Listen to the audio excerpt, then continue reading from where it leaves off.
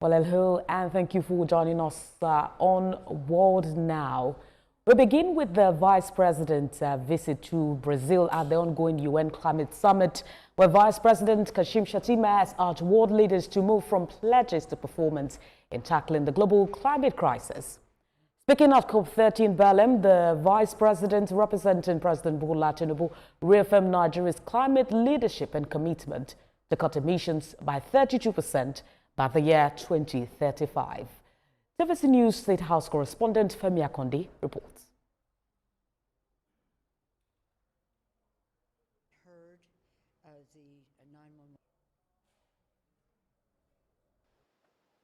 Nigeria is calling for action, not just promises. At the Leaders Climate Summit, Vice President Kashim Shettima challenged world leaders to turn climate pledges into measurable results that can save lives and protect the planet. Our continent is rich in renewable resources, biodiversity, and useful ingenuity. I hereby say with absolute certainty that we are not the problem. We are an integral part of the solution.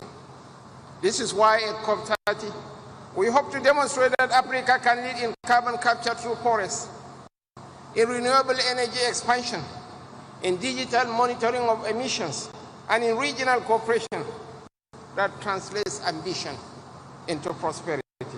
VP Shettima unveiled Nigeria's renewed climate agenda anchored on National Carbon Market Framework and the Climate Change Fund, initiatives designed to attract billions of dollars in clean energy and adaptation investments.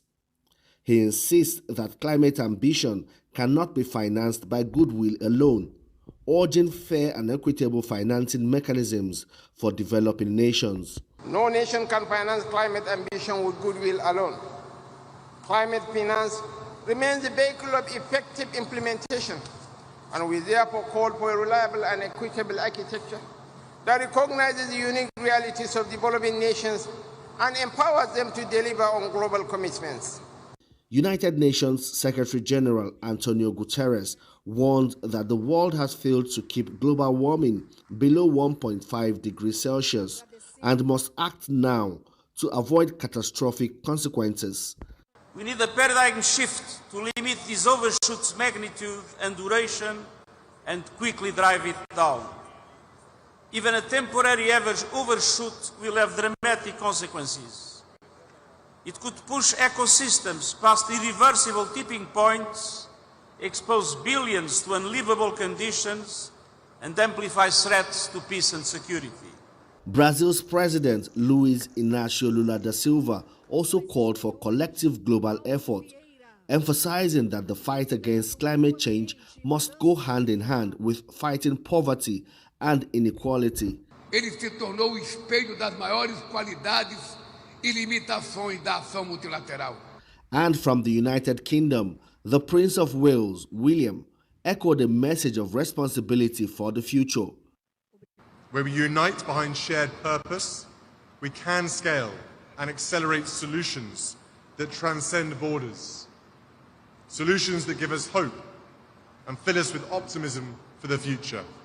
From Belém, Brazil, Nigeria joins global calls for urgent climate action, not just promises, to safeguard the planet for generations to come.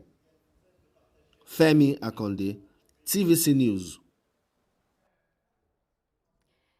Babawale Obayojo Environment Campaigner, Environmental Rights Action joins me on the World Now to discuss the COP30. It's good to have you join us at this time. Thank you so much for inviting me. Now, Nigeria's Vice President says climate ambition cannot necessarily be financed by goodwill alone. From your own perspective, what kind of, fair and equitable financing should developing countries like Nigeria be pushing for at the COP30? I think it has been stated clearly from time immemorial. Yes, the goodwill part of it cannot be ruled out. There's a climate debt that is being owed the Global South that needs to be paid. So the African leaders and leaders from Nigeria will need to hinge on that also while looking for the climate. The major climate finance must be based on equity and must be based on justice. There's a climate debt that needs to be paid, and they must demand for that. And the other thing that the government of Africa in particular and government of Nigeria has also embraced it also is they're talking about embracing carbon markets.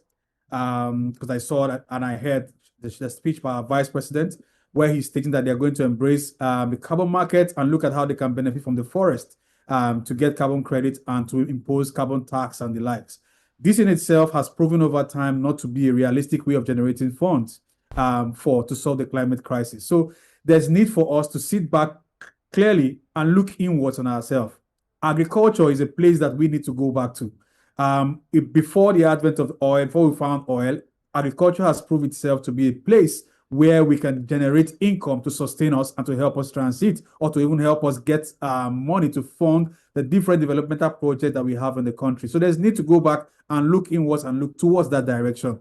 We can't keep looking at open up our forests, for example, to the capture, to say, okay, for example, blocking some areas of forestry to say those areas are preserved to get carbon credits. That in itself cannot solve the problem. So we need to look inwards in realism or in realistic terms. First, we must demand for the climate debt.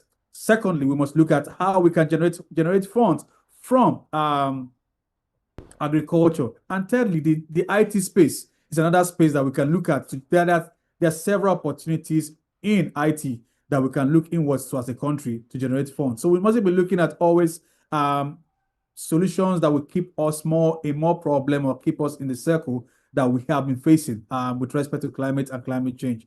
The first thing we must demand for that. There's no way we can run out of that or we can run away from it. We must demand the debt that is being owed us.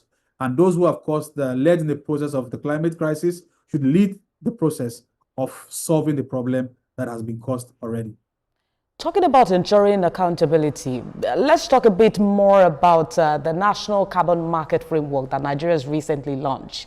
Do you think Nigeria is really ready for a functioning carbon market? And how do we ensure that this does not just, benefit big corporations? Carbon emissions is still a concern in Nigeria at this moment. Yeah, so it has been tested before with the RED project. And the particular example of interest is the Ekuri forest, one of the still standing rainforests that we have in this region of the world.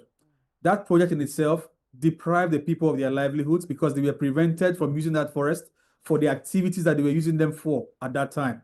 So that in itself has proven that that carbon credit mechanism will not succeed because it's going to leave more people in problem and it's going to generate more poverty in the region, and that's not the pathway to go. And now the people who are leading in the process to say they want to pay the carbon credit are the same corporations who have led in the process of generating the carbon in the atmosphere and the greenhouse gases in the atmosphere that are already causing the problem for us. So at one hand, they are saying they are solving or they are going to be paying taxes or whatever on the credit or carbon credit mechanism funding that pause. But on the other hand, they are looking for more oil fields to open up to extract oil. So you can't do the two at the same time. One has to give way for the other. If you say you want to stop the climate crisis from escalating, you have to stop extracting for oil because fossil fuel has been adduced by science and many have agreed to this, that is the cause of the climate crisis in itself. So we need to stop extracting for new oil fields, open up new oil wells. That in itself is the first step to solve the climate crisis. Like the example that we always like to use. If you have in your house a running tap that is broken and is spilling water everywhere in your house, it's not for you to go buy sophisticated mop sticks to mop the ground. The best thing to do is to look for the source of the problem and shut it from the source. So the source has been said to be fossil fuel. We need to stop extracting for that and look at alternate solutions to the fossil fuel era that we have been battling with. I mean, this whole thing sounds very good on paper, but the question should also be how to get these leaders accountable. There was something that Prince William mentioned about ensuring that each country takes responsibility for the future. In terms of, mobilizing young Nigerians, grassroots leaders to ensure that there is accountability in terms of, climate change and all of that. How do we ensure this, especially for countries in Africa, especially? Accountability issues are things that needs to be done from within us. All of us as citizens of Nigeria, for example, we have not been really holding our leaders to account. Most time we elect them into office. We don't follow up on what they do in office. Whatever they do in office is not a priority for us because most people are trying to survive. That in itself needs to be looked at because we have to hold these leaders accountable. We elected them to offices, the ones that we elected into offices, and we ought to hold them accountable. When they are not performing or living up to the billings of what they said they were going to do, we ought to hold them accountable. But this is not happening. So citizens need to get to that point. We need to start that reawakening from within us to begin to hold our leaders accountable to the promises they've kept, they've made. Now they are making pledges to cut down emissions by 35% or so. But this same government is, on the other hand, trying to look for new oil fields and approving new licenses. So that is hypocrisy in itself, and we need to hold them accountable for that and call the spade what it is.